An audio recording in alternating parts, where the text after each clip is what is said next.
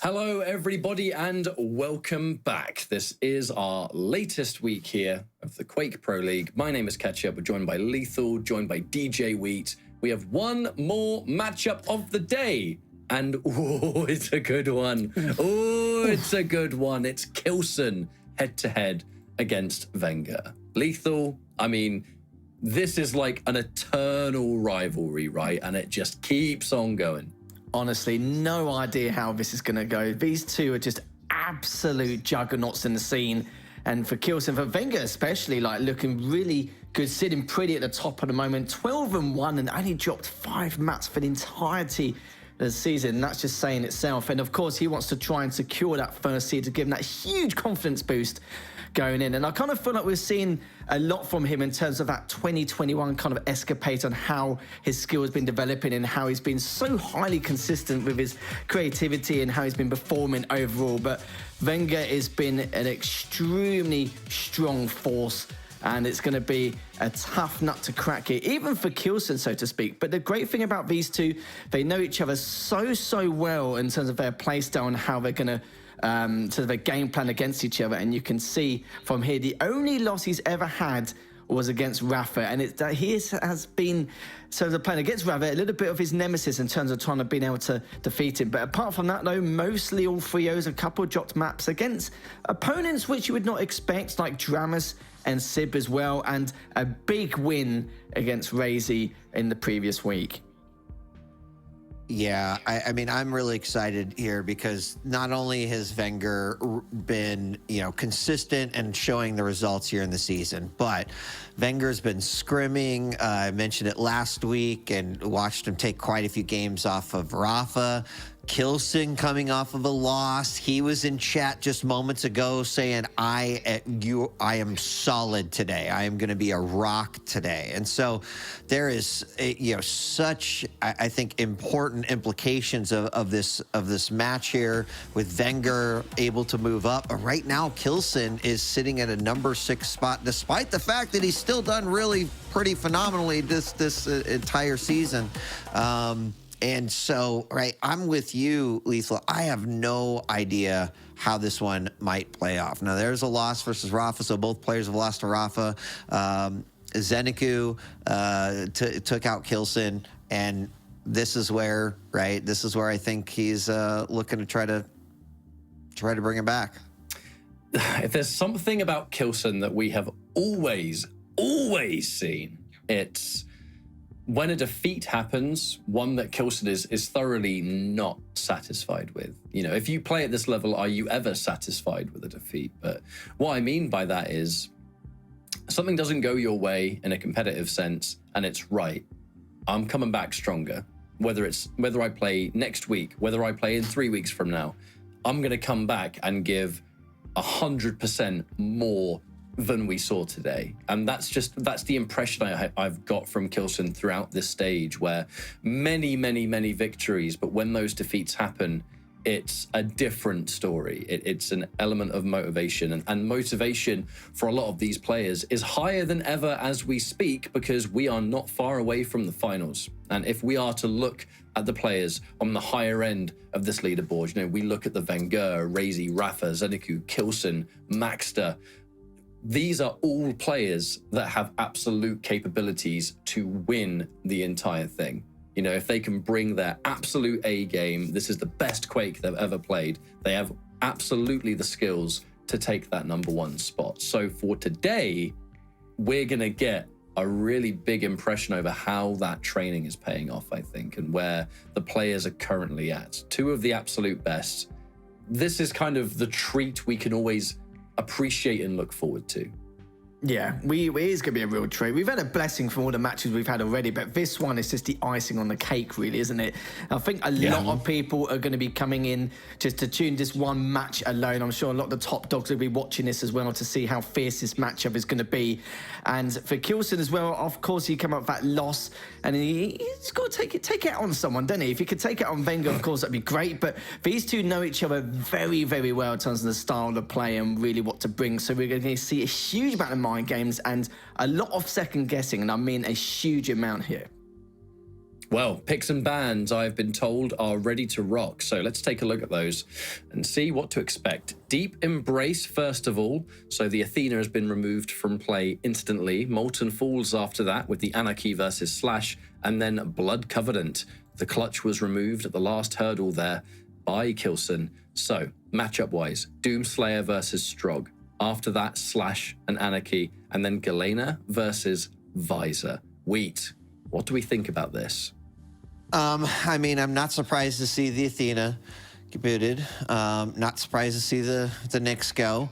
I'm really excited here that we're on Deep Embrace to start us off. And then I think Blood Covenant, given what was left on the table, that to me is a pretty interesting matchup there between the Galena and the Visor. This is I think probably the best map selection that we could have gotten from these two, knowing what they were likely going to ban. And I'm really happy that we get to set the pace on Deep Embrace. I think this is going to be a pretty phenomenal first game to then hopefully set the tone for the entire series. I imagine it to be quite intense, and with these two players being as ridiculously just efficient as they are, it will be I don't know about you, Lethal, but I think it's going to be a struggle of power, trying to figure out who's going to be the one in charge, right? Who's the one that's constantly keeping that aggression going, keeping the opponent locked into various spawns and unable to get to where you want to be. These are two players that could definitely keep you stuck in a corner, right? So should be a good first map. Yeah, both these guys are going to be very hungry for power on these maps as well. Both are going to be trying to dictate the pace the best they can. And one thing I have to point out as well, that k1llsen didn't ban Veil straight away. He actually banned Corrupted Keep instead. He knows how good Wenger can be on that map alone, so keeping well away from that. But also at the same time, k1llsen actually gets the opportunity to ban Veil later on. So Deep Embrace with the Doom versus Strog is understandable, again with the Slashers with the Anarchy. And I did say as well, when most of the slide champions or anyone with mobility and speed gets removed, normally we do see the Doom, but of course the Doom's already been selected in that first map for Deep Embrace. So going with that Galena pick, we don't see too much of Galena as much anymore. We do see it here and there, of course, but not as often as we would do many moons ago. So, and having the clutch ban as well, I'll be curious to see about that clutch ban as to why that's been banned in general. We don't see Wenger use clutch that most at all, but I just think he's a little bit worried in terms of what could be expected with maybe a potential quirky choice coming up from Wenger. But honestly, banned by these association. champions, any guess? Yeah. the Maestro Be like, well, brand. Razy isn't pretty good, and you're on Maestro, so I better ban. I also think there's the element of it, because it was banned last, you kind of look at what champions were left in the pool that k1llsen would have felt confident fighting clutch with. Yeah. You know, I think there's a lot of the champions that have already been selected k1llsen likely would have used should clutch have been his opponent. So maybe there was not particularly comfortable with what was left, and maybe not this time. We probably wouldn't have seen a Death Knight come out against the clutch this time, right? But anyway, Lethal, before we let you go and before this match starts, quick prediction from you. I'm going to say a Ven 2-1, but we're talking probably the closest of 2-1s you're ever going to get. Wheat, what about yourself? God, I was epically wrong last time. I don't know. I'm gonna probably match what Lethal said, so at least I'll have a buddy in being wrong. I'm gonna say 2-1 Wenger, but I'm gonna make a further prediction. If k1llsen loses this, he's gonna be a freaking beast at QuakeCon, right? Like, I think like 2 losses in a row like this, I wouldn't want to stand in his way. So I'll just like throw that out there as well. Like, just remember this match if Wenger wins. Well, I tell you what, just to let us keep the ball rolling and the match start whenever it is ready to go, we'll say goodbye to you for now, Lethal. We'll see you at the end of the series and find out what you think of it alongside everybody else, no doubt. But wait, final matchup of the day, 2 absolute killers going head-to-head in a rivalry that has just, you know, it has spanned the years of Pro League. Every time they go head-to-head, we expect it and we look forward to it. And I think each of them has clearly elevated their own game, right? Even since the last time that we saw them match up. So that adds to a certain level of excitement. The fact that they're facing off leading into, well, I mean, we've still got 2 more weeks after this, but right, this is the culmination of the regular season, and a lot's going to dictate where you sit and how difficult or easy. I don't think there's an easy path at QuakeCon regardless, but it could mean there's a little bit steeper climb if you're further down in the rankings. So this is for rankings purpose, this is big for k1llsen, and I think for VengeurR keeping with the consistency and playing the game that he wants to bring. Also big game. So either way, I don't know who the winner's going to be, but I'm just excited for what we're about to watch. Let's get this show on the road, folks. Thank you all so much for tuning in for a latest edition here for Quake Pro League, and it's all going to finish up with these 2 Titans. Now, we're checking things out from k1llsen's point of view first. Deep Embrace. Let's never forget the insanity this map can put forward. But now, we're already looking to just get that first bit of damage, right? We're not going to try and overextend too much. These are 2 champions that in their very own way can cycle around and get to point A to point B. Mostly high ground for Doomslayer. More the bottom ground with Strog, absolutely. And actually a little bit of opening damage, more than expected from that Pika. We're able to shut it down at some point, but k1llsen had taken a little bit of punishment. A lot of respect between these 2. We saw a little dance there at the rail at the very beginning as well, which I thought was kind of interesting. Instead of sort of splitting off and each going their own way, they kind of stuck around and nothing big really happened there. But I think it was a show and a sign of respect, definitely. Now, k1llsen waiting for that heavy, trying to land some rockets through the floorboards, and does manage to do a little bit of damage, but takes some himself as well. So k1llsen pretty typically likes to be controlling this top middle area here on Deep Embrace, so I'm really not surprised to see that big rocket opening it up. Is he going to chase this one down? Looks like he at least wants to get in a position to do so, but VengeurR kind of squirming his way out of there.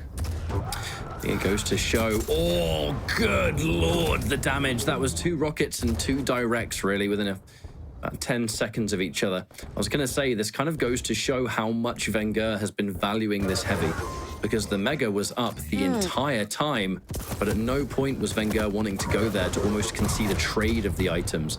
I think there was confidence maybe that the armor could have gone into VengeurR's favor. Obviously, didn't work out that way, but it's the battle of even the smallest thing is 1 item. I'm going to sit here around and I'm prepared to go down for it, right? But k1llsen has scored first blood. These rockets! The patience, oh my God. the discipline catch up from k1llsen. He saw him there and had the chance to fire the rocket, but was like, I'm going to wait. And just timed it perfectly. The bounce out was huge for the second frag, and so far k1llsen is looking solid. He wasn't lying in chat. He's looking like a, oh my God, yes. I was going to say, even before the ring out, that k1llsen's rockets have just been like, dude just looked into a crystal ball, just can see the future before he's even pressed the fire button. But VengeurR, quite rightly so, on that jump pad, decides not to dedicate to that. That would have been a free bit of damage there for k1llsen. And that rail as well. Laser focused is k1llsen right now. This isn't a slight against k1llsen. He's not doing anything flashy. He is just fundamentally on the money. And that's fine. You don't have to be flashy to win in Quake. In fact, sometimes the biggest victories are not going to be much, flashy at all. But he is still just out classing VengeurR at this point, 4-0, and I kind of feel like this is kind of rare form for VengeurR, but compared to what we usually see him, it seems like he's just struggling a little bit.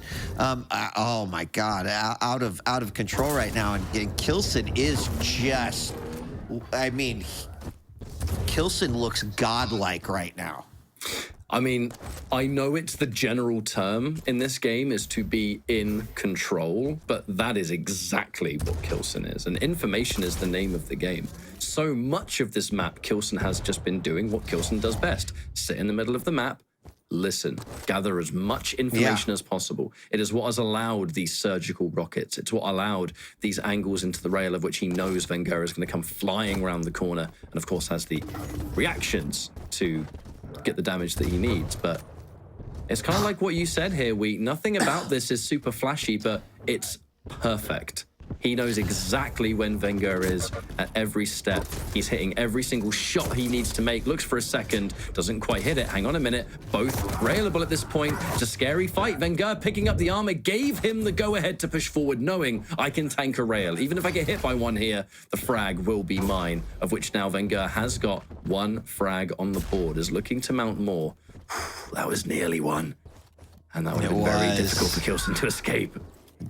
Wow, and the trade on that one as well, and VengeurR has to back off. He doesn't want to give up a potential opportunity that he still has brewing here. It's k1llsen with no armor at all. It's going to be VengeurR picking up the heavy.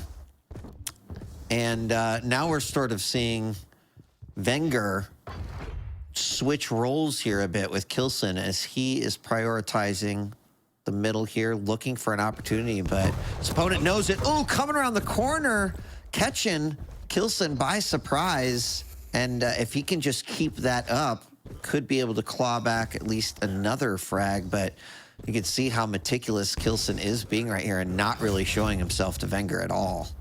Really like that play from VengeurR. You know, VengeurR is going to understand more than anyone that k1llsen has been on top of that lovely frag. k1llsen has been spending this whole map kind of just having the lowdown on where VengeurR is at all times. And the moment VengeurR thinks, right, I need to make it as hard as possible for k1llsen to figure out where I am. That is an element of surprise. That is a way back into this match. There was no wall there. VengeurR might have gone flying off the map. And k1llsen, lovely use of that jump pad and hits that angle, which must have been unbelievably hard to spot. But it does now pull things away just that little bit extra. Where does VengeurR go from here? It's about 3.5 minutes on the clock. And k1llsen's making things incredibly difficult. A big push in mid, double jump. That is Doomslayer's biggest enemy. You're double jumping around a corner, the LG's in play. I mean, that's a lot of damage you ain't challenging. Yeah, what an interesting exchange there. Oh. Almost 2 for 1. Nice rails, almost pushes him off just a little bit. Now VengeurR has 2 frags to make up here. k1llsen did a good job getting out of that one and dishing some long-range damage. And now VengeurR has got to set up a trap here. k1llsen has been on the bottom. This is the second time that he has caught his opponent with LG and done a lethal amount of damage. And now suddenly we've got a 1 frag game. And although it looked like k1llsen was just going to be relentless with his pace and control, VengeurR's brought this back, but he still has some work to do. Ketchup, he grabs the heavy and RL, and he's on the hunt. The fact that k1llsen has been so on the money with understanding. Oh, God. Oh, my God. 5 generations of k1llsen's family are going to feel that frag. You know what I was going to say was k1llsen has done such a wonderful job in this map of just gathering information of VengeurR's position, but the fact that VengeurR has been able to, even with that, find not 1 but 2 different avenues to completely jump scare k1llsen, taking a frag in the process, especially off that second one, is rather impressive. And actually downtime in between, that's the green light for VengeurR to push.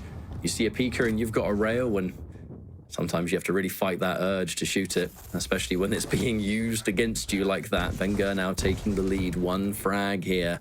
There's less than 2 minutes on the clock. An intense back and forth it really has been, but there was an element of an angle there, but it swiftly disappeared. VengeurR, the ability to just bully his way back into this match has been unbelievable. k1llsen, it's going to be a frustrating match to lose if things started off so strong, and bit by bit, VengeurR is just sneaking his way around the entire map. Yeah, I mean, the back and forth here is, oh my gosh, and they exchange again. k1llsen knows where he is, but he is hurting too bad to be able to stick around. Peeker coming out. Oh my Map needed the one shot and he couldn't get it, but I guess Heavy was picked up anyway. But k1llsen somehow managing to get out of there. 1 minute left and he's got to make something happen. There's a big opportunity for k1llsen. Rockets are coming out and do connect, but both players very, very low. VengeurR just holding back, shotgun in hand, just in case he gets surprised. And will he just run out the clock? It's a hard thing to say you're going to do on deep embrace. You've kind of got to keep that pressure going here. Could still go either way, but k1llsen's got to make a move in the next 30 seconds. And he'll know that better than anyone. The aggressive push every time one of these rails. VengeurR, the safe play to that LG. fortify. Looking to fortify a defensive position there, and k1llsen had no choice but to chase. And no doubt now the GGs will roll out for that first map, a map that was looking all k1llsen for the first half, and then piece by piece, VengeurR was able to claw it back and then take rather affirmative control in those closing minutes. It's so wild that k1llsen made VengeurR in probably those first 5 minutes look like it wasn't VengeurR, right? I mean, what we saw, the last 5 minutes was VengeurR, but k1llsen so unapologetically shut him down in the early moments. He was, you know, we mentioned he wasn't doing anything flash, but he was hitting all of his shots, right? Like that's where he was just nailing all of these great predictions. This rocket right here, the bounce out of the ring, so much was going right. But we've talked about it before, Ketchup, and I have to echo this and keep on saying it, is that what impresses me about VengeurR and what I think it kind of shows that like he is really, really hitting championship level is his ability to stay calm, stay cool, and mount these comebacks. That's like not easy to do. And it was really impressive. Like I thought for certain k1llsen had that one in the bag. I think many people must have done. You know, I've seen many a Quake chat room in the middle of matches, especially when someone starts the match having a really dominant lead and people almost start calling for GGs halfway through a match. You know, people are that confident that the job is done. And let's not forget, right, the mental capacity a player must have to keep themselves in a game like this. Quake, I love it to bits. This game is stressful.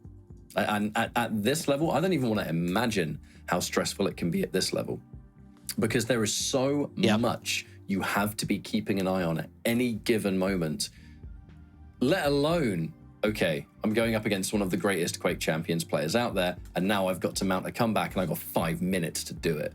The fact that VengeurR can compose himself to put together a game plan to do just that is impressive in its own right. But that is merely one map, because next it's going to be Molten Falls, the battle of two lights, and that's actually going to introduce a even more interesting dynamic, because we have two players absolutely brutally efficient with the railgun, and now we're looking at two champions that do not like getting hit by that railgun one bit.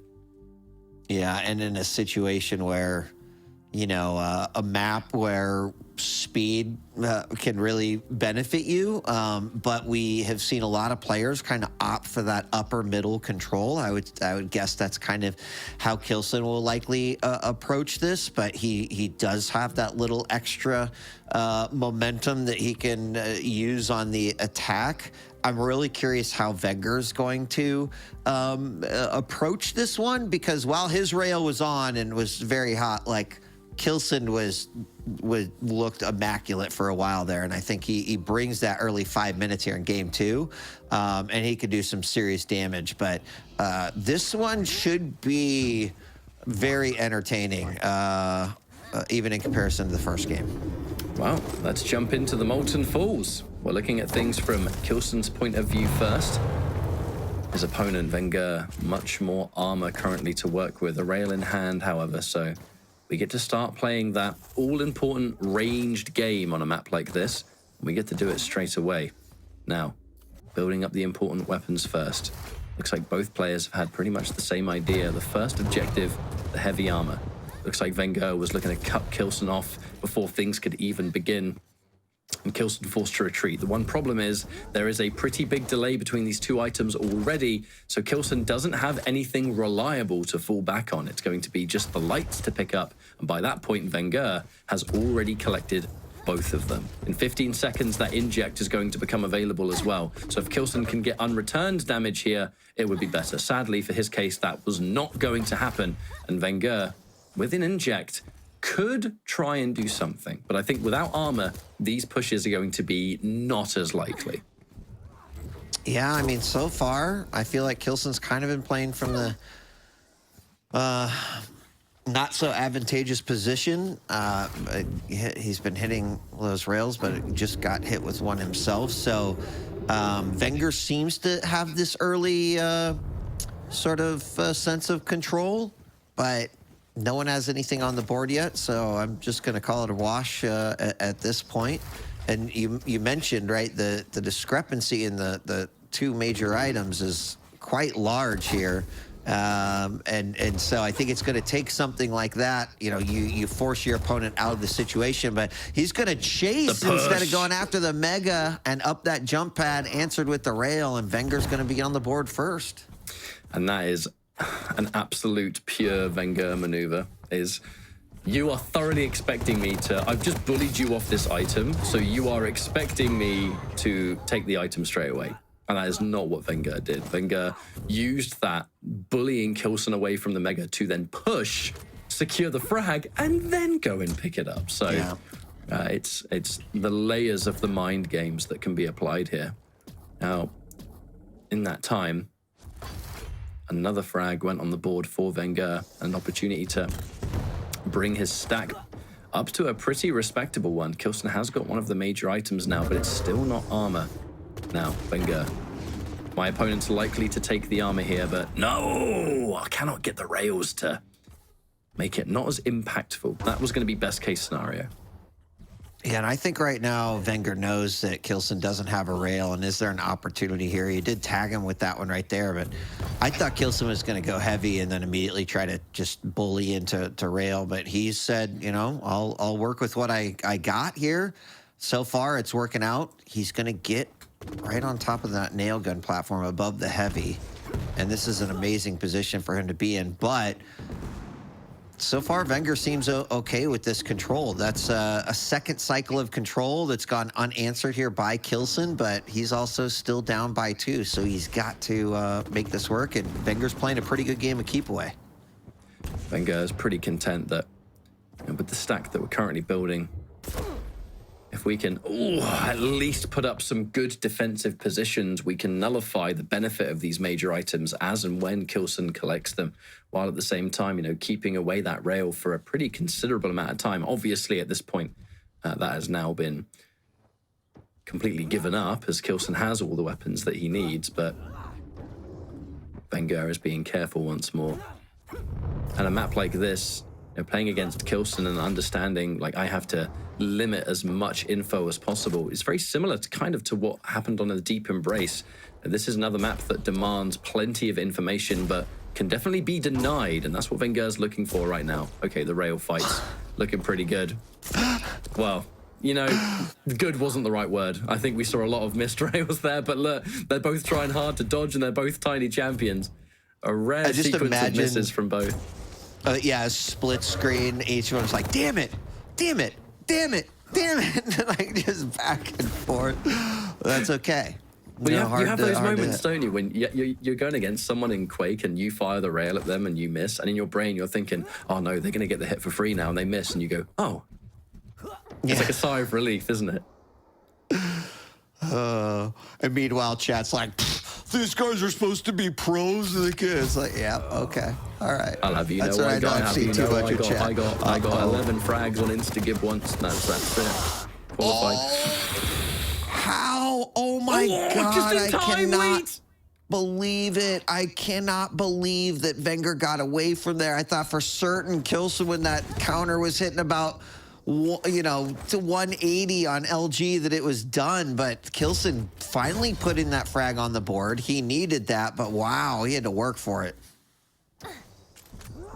But has been playing the long game so far, and that's what I've really liked about k1llsen's approach.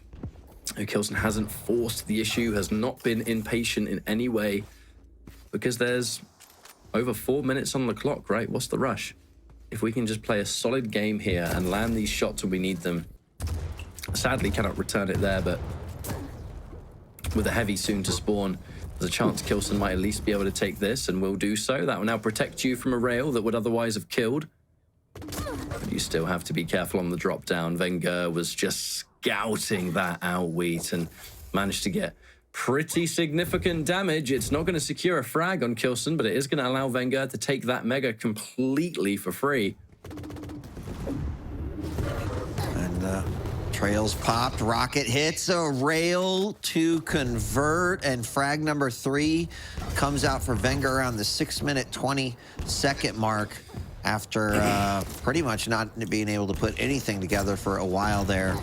And now k1llsen has a 2-frag mountain to climb here, and we're going to see the LG come out from VengeurR. He saw an opportunity. He's rewarded with the mega as well, and a pretty big turning point here. Catch up off the spawn. Oh, k1llsen no. does get that rail, but VengeurR LGing him down, and that's suddenly a pretty considerable lead here. And a scary position for k1llsen to be in, right? Let's not forget, VengeurR has already won that first map. This was k1llsen's opportunity, or is, I should say. This is not finished. This is k1llsen's opportunity to equalize. It's possible, but it's going to be a insanely hard comeback. Because at this point, VengeurR is going to be able to spawn, might have an inject or 2 by that time. At the same time, that's on the understanding VengeurR is not going to be able to secure any more frags, which the way he's been going, I would be very surprised if that's the case.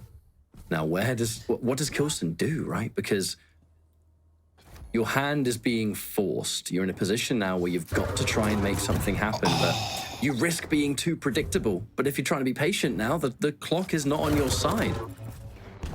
It's not, and it's a really rough spot to be. I mean, if you think back to this first couple minutes of the game, especially the ones where k1llsen had full map control, VengeurR was doing a good job of just staying in the shadows. Like, k1llsen couldn't find him. There wasn't much opportunity for damage. And just imagine VengeurR doing that with a 4-frag lead here. And that's pretty much what he's doing right now, right? He's changed his routing. He did get tagged by a rail, which also gave away his position here, but hits one back. So less than 2 minutes to go, and this is a tough one for k1llsen here. You know, I think VengeurR knows exactly what his plan is here, and that's just, I'm gonna run the counter rotation to what k1llsen is doing, and maybe he'll catch up with speed, but so far he hasn't been able to do it all game. Yeah, having the speed on the ground is one thing, but it's the avenues that VengeurR is taking where there's always a backup. And even now, thanks for the speed boost, mate. I'm now going to retreat off. I've got an inject if I need it, but VengeurR is confident that that's not even going to be necessary. And enough time has now been wasted that this very much should be a done deal. Now, k1llsen has secured 1 frag. There is 1 minute to get 3 more. The saving grace is you're against a light champion, someone that spawns with no armor. k1llsen opts to get the heavy. Takes a split second to get that, but this is a critical 50 seconds. VengeurR is going to be as defensive as possible and is looking for the weirdest escape routes imaginable. Okay, raining it down and not even giving it time for the ring out. No, we need that frag right now. Yeah, we need that now. Valuable seconds. Valuable seconds. In fact, 30 of them are left, and 2 frags are needed. Catches his opponent going up the jump pad. He wants to go up there, but he's also got to consider his own safety in doing so. Heavy is up. That heavy actually might, unfortunately, been a little bit indulging. Yep, 10 seconds remaining. He's going to go for it. Finds his opponent. LG battle. And he is going to grab it with 5 seconds remaining. And that's too bad. That was another so close, yet so far. Another close game. But so even though we've got a 3rd game, that is VengeurR's series right there. 4-5 was the score on that one. But VengeurR technically takes the series. We're going to go to a 3rd map. Still, that map is needed here for k1llsen. We'll see what he's going to be able to pull out. But I think VengeurR looked really impressive and clearly had a game plan there. I think it was stay away from k1llsen and try to mitigate any opportunities for k1llsen to land shots. He played a bit hide and seek, and it paid off. Think about those 2 frags that he just completely mowed him down with the LG. All of that looked to play into kind of VengeurR's strategy there. I think it was great that k1llsen was able to bring that back, but he went through so much of that map catch-up kind of going, I can't even catch VengeurR, right? Like, what should I do here? And even though the defensive play from VengeurR was rather common throughout, there was even then a shift of gears in those closing minutes where the defensive play became even more extreme. And it must have been frustrating for k1llsen, you know, sticking to it the entire time. And up until those closing few seconds, it felt like there was an avenue, there was a hope, there was a chance that k1llsen would be able to bring it back, because it was so close. He just needed a few more seconds to play around with. But that's the nature of Quake. You're not always going to have the time that you so desperately need. And that does come down to the opponent, that even if they can waste 10 more seconds, that will be enough to solidify the result at the end. And that's kind of what VengeurR was able to do. Now, our final map of the day, a chance for k1llsen to get something on the board, of which he is absolutely capable. With how he's been playing so far, yes, the maps haven't gone his way. They've been close and they've been highly competitive. Blood Covenant is a chance to get a map in that leaderboard. I do think if you look at how VengeurR approached Molten Falls, which was the not so direct approach, that there's a big possibility he could do the same thing on Blood Covenant, especially with piercing sight. So I do think that this, especially coming off the momentum of that game too, this sets up a pretty good opportunity here for VengeurR. Now, the bigger thing will be versus a k1llsen, getting his totem set up, getting that overstack, right? Like, a lot that can happen here in k1llsen's favor. He needs to find that rail that he was putting out in the first 5 minutes of Deep Embrace. And if he does, I worry for VengeurR here. But the way VengeurR played that game too, I could see him doing the exact same thing here on Blood Covenant. You know, there's a good deal of time there where k1llsen was basically like, here is your gift. It is the entire map. And we've actually seen VengeurR do exactly that here on Blood Covenant. So, yeah, I don't know, can he close it out 3-0? I'd be shocked if he did. I would be pleasantly blown away at VengeurR's performance today if he managed a 3-0 k1llsen. If he can secure a 3-0 here, it is frighteningly good form as we ramp up to those finals, because VengeurR has already had an incredible season in these weeklies. And, you know, if you're able to get a result like this now, so close to the finale, then I would be rather terrified if I was in VengeurR's path. However, that time is not now. We have one final map to get through, and we've kickstarted it from k1llsen's point of view. This is a map that both of these players have historically been rather efficient in, but for different ways. k1llsen's ability to control the entirety of Blood Covenant is something that I am very familiar with watching him, especially with that rail. But then on VengeurR tends to be a lot more defensive. And we have often seen that with slightly more slippery champions, those that are able to evade a little bit easier. But I imagine the fundamentals of that might still apply. Now, a lot of tri-bolt damage, but that's now being matched by the rail. VengeurR sticking around and finding out that that wasn't such a good idea, apparently. I said he needed to bring the rail that he had in game one. It looks like it's just arrived.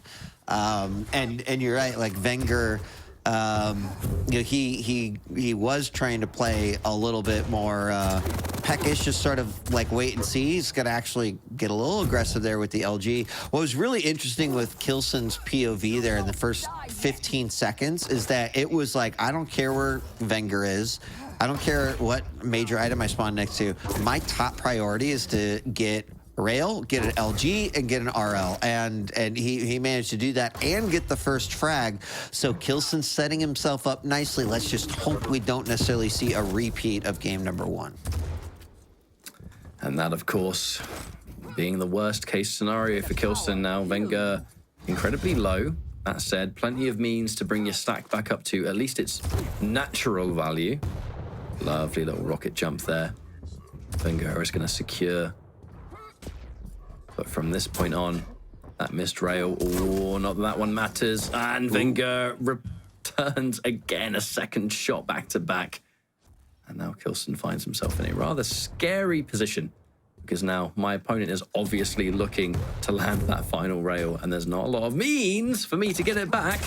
That one, oh, wow, drops down and chases it. And it looked like k1llsen maybe wasn't even expecting VengeurR to be in that position so quickly. I mean, this has to be like a frustrating style for a player to play against with what VengeurR's doing, right? He's so good at like a defensive rail, if that was ever a thing, but then knows when to really apply that pressure. And I can kind of feel the frustration every time I switch over to k1llsen's POV, but it's still tied up, and there's lots of time left in this matchup. I think those opening rails from k1llsen, though, like, wow, he hit 3 in a row for that first frag. Like, that's super solid. We did see there's a vision come out here, and VengeurR used it not really to get much of anything done, but that's okay, right? He just needs to maintain this draw that they've got, the tie. He's going to pop it again. Knows exactly where his opponent is. Clear out some totems and lands a rail on the exit. And even there, VengeurR entering the teleporter, already strafing to one direction, right? It's likely my opponent's going to be holding an angle for me on the other side. If I can make it even that smallest bit more difficult for them to chase. That defensive rocket was a rude reminder. Do not chase me too hard, good sir, because you might live to regret it. And k1llsen, not surprised the moment that rocket happened, basically just instantly went the other way and went, okay, never mind. I'll see you later. VengeurR always kind of showing some style here in his play too. He's had a couple of interesting rocket jumps to get him to safety or in a better position. Great use of the vision right there as he pops a rail right on the exit, goes back in, tries to do it again, but k1llsen's not going to let him fall for that twice. Let's take a quick look at items here. k1llsen with 5 heavies and 2 megas, and VengeurR with 3 heavies and 6 megas. So I can't really say it's leaning or overbalanced to one side, but this is a very interesting game as we're about to hit the halfway point, and it is 1-1. I can't say I'm surprised to see a low-scoring game.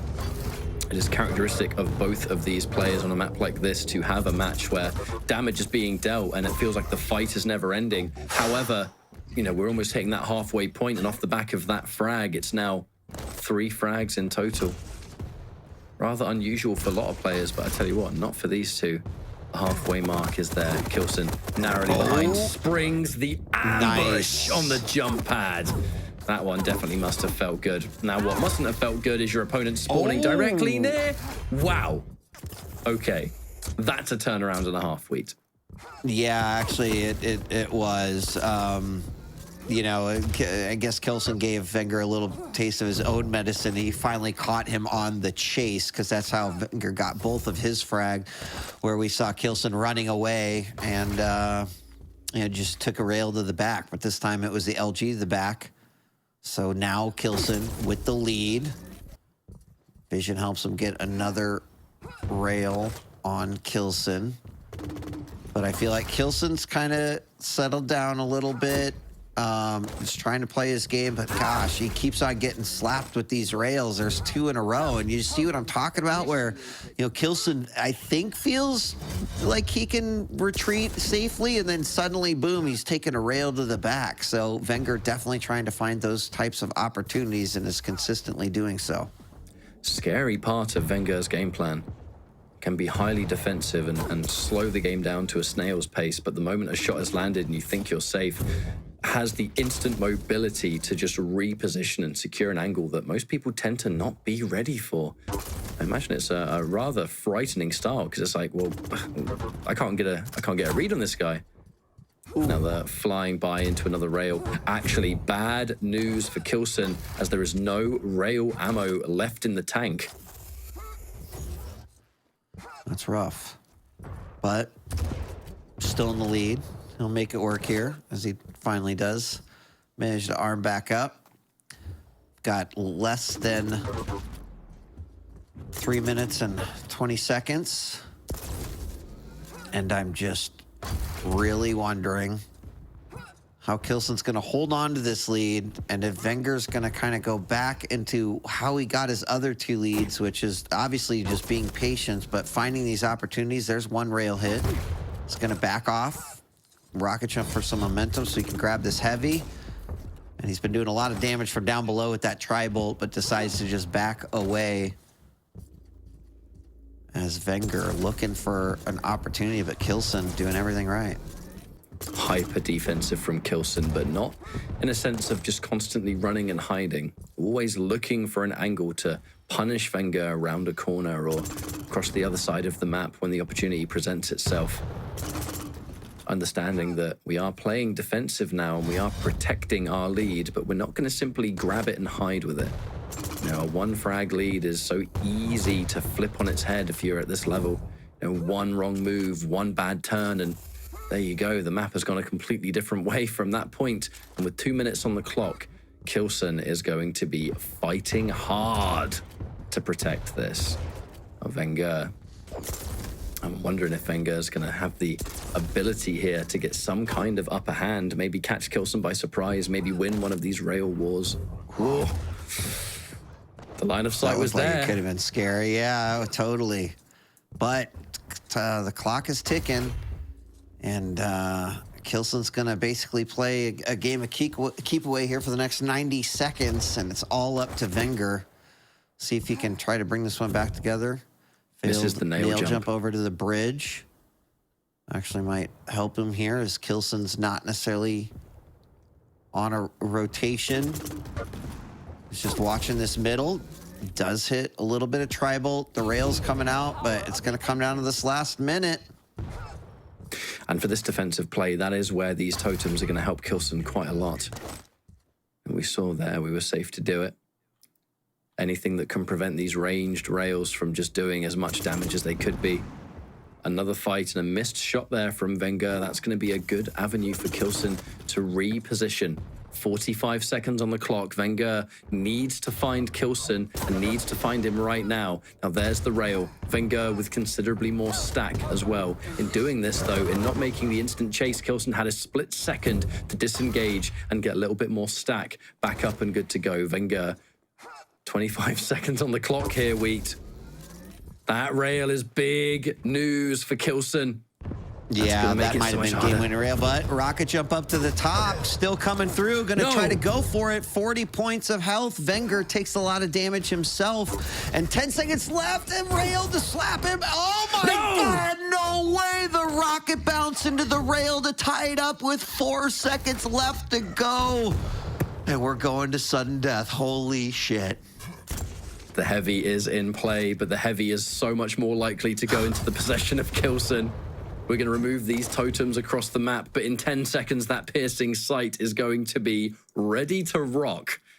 And from there, who knows how the rest of this map is going to go. k1llsen so close to being able to get a map on the board and turn this into a 2-1 rather than a 3-0, but VengeurR keeping the dream alive and keeping the dominance going, which has been unbelievable all season long. And a 3-0 versus k1llsen would be one hell of a way to almost finish your season. I kind of agree with you. This could be a 10-minute overtime. Like, I have no idea how this is going to go down, right? We had a forced aggression there in the last 10 seconds catch up, and now it's sort of like, I don't think either of them wants to give this up after the effort that they've put into this series and, of course, into this third game here.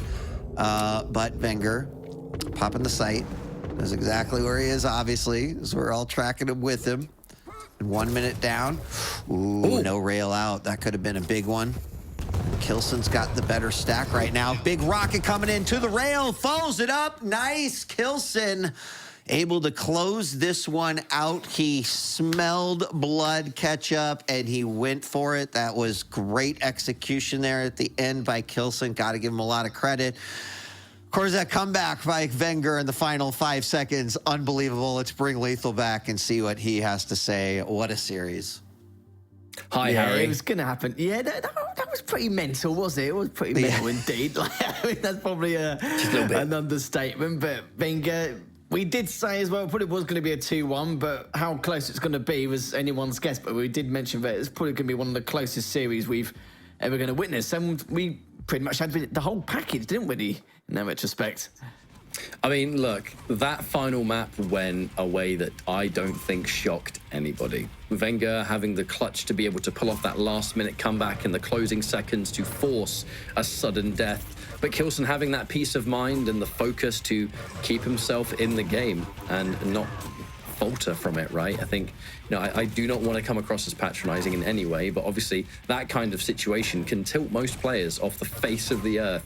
k1llsen was not one of those players, and the fact that he kept himself there, and look, that wasn't even a close fight either. That was opportunistic. The fight is going my way. I'm hitting these shots. I'm finishing the job. I don't give a damn. I'm taking this final map. That's exactly what he was able to do.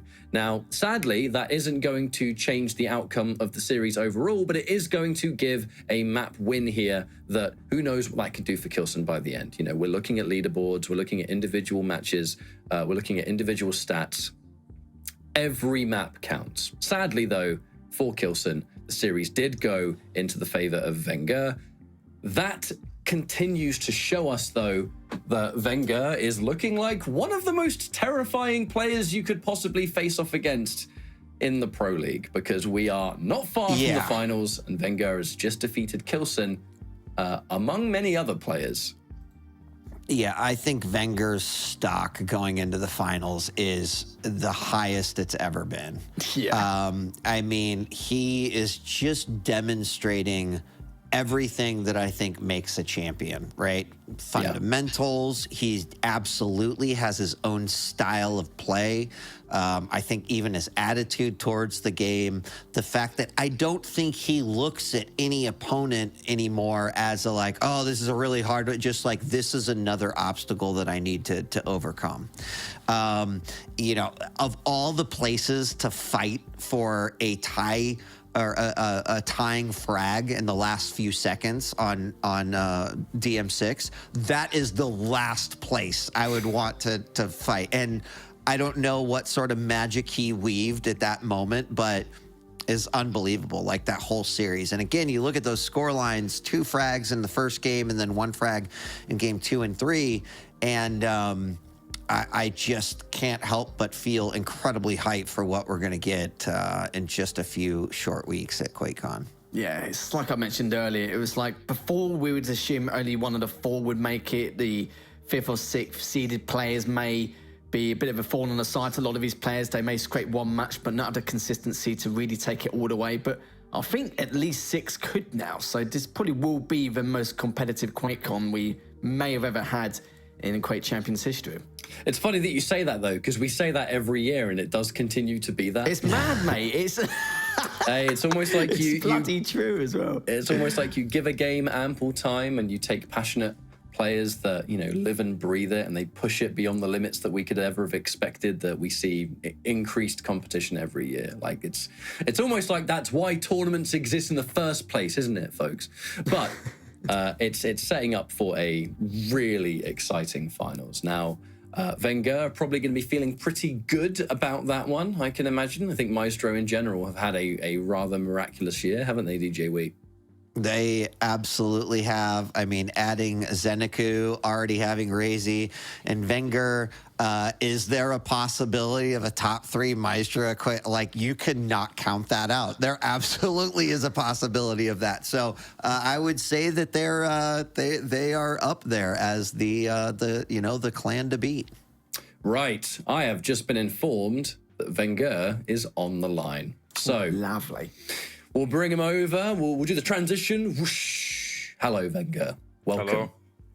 So, first of all, again, mate, GG's and congratulations. Thank you very much, guys. I know that at this level of play, everyone always strives for as much of a perfect record as they can. I know that it was 2-1 in the last possible minute. You had the last minute comeback, but couldn't quite secure the sudden death. But a win's a win, especially when you're in your current position on the leaderboards. I'd like to rewind a little bit and actually bring us back to that first map.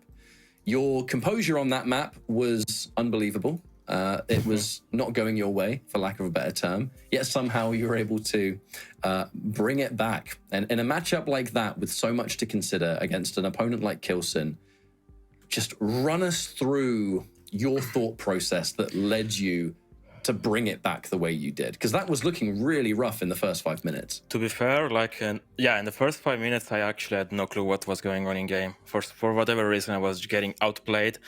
Then I found like an opening, and on Deep Embrace, it's actually quite easy to snowball. So with Strog, I just managed to make the comeback. But the first 5 minutes I need to rewatch because he was playing so good and I had no answers about it. So more than being happy for the win, I'm kind of upset at how I didn't have answers the first 5 minutes. You know, that can happen. Can't happen in a grand final. So I'm just happy that I did come back. But in the first place, I shouldn't have been in that situation. So that's the answer of a champion, that is to not be satisfied. Just being honest. I guess. No, I honestly feel like that's an important piece of mentality to tell to the people at home, is that there are different things that a player can take away. So overall, though, it was a win, and interested actually to hear your thoughts when you watch the footage back. Lethal. Yeah, I was going to say, speaking of that, I kind of feel like we're seeing a lot of signs from when you won Quake on at 2021, that the championship mentality which you once had. And now going into it, you're looking absolutely formidable at the moment. I kind of feel like maybe now you've almost guaranteed your first seed spot. I think you've only got one match left against Sirius, which is going to be with the next QPL week, I believe.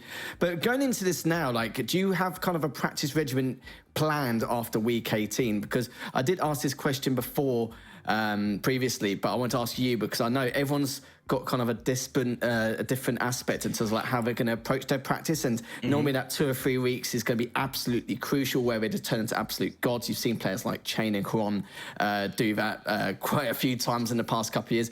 But I'd like to know what yours is, because you do seem to have that championship mentality going into this Quake World Championship compared to last year.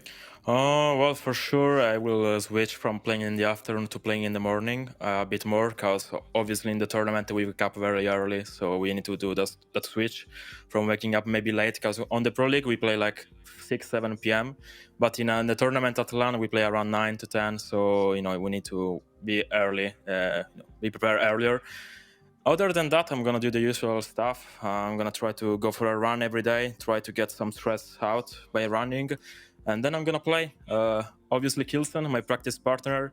Actually, about him, I hope to have a rematch against him on LAN, because his rail today was really off, and it's not something we usually see from k1llsen. So hopefully next time we're going to have a better accuracy match.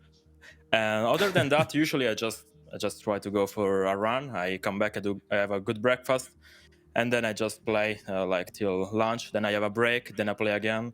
And then usually, like evening, I review my games. So that's usually my kind of routine daily. Cool. Venger, congratulations. Sitting Thank at you. #1 rank right now. I'm sure that's got to feel good as you are closing out your final weeks. I actually have a question, because this season you have not only been playing and not in QPL, you've also been streaming. You've also been like doing, prediction videos, etc. So, I mean, there's a lot that you've been doing. I'm curious if that has helped at all, right? Like I look at it from, content creation could take time, like that's time out of the game, but a lot of the content you're making is sort of about the game and reviewing the game and analyzing players. I'm wondering if that has helped you at all. Well, I think the biggest mistake you can make in general in esports or when you compete is to think that you're at the top and you have nothing to learn anymore. So I think that's the biggest mistake. I think we can always improve in every aspect, and for sure, having Avek with me doing these predictions, also talking to Cypher, all those legends also help me. And for sure, that gives me also motivation to do well, because people are watching me also doing stream and content for Quake, and if I can also do well on the esports side, that's just amazing. I'm just grateful to be around like all those legends that can also help me out outside the game. Awesome. Well, congratulations, man. Thank you. GG's, mate. GG's. Thank you, guys. Thank you very much, mate. You take care of yourself. Thank you. You too.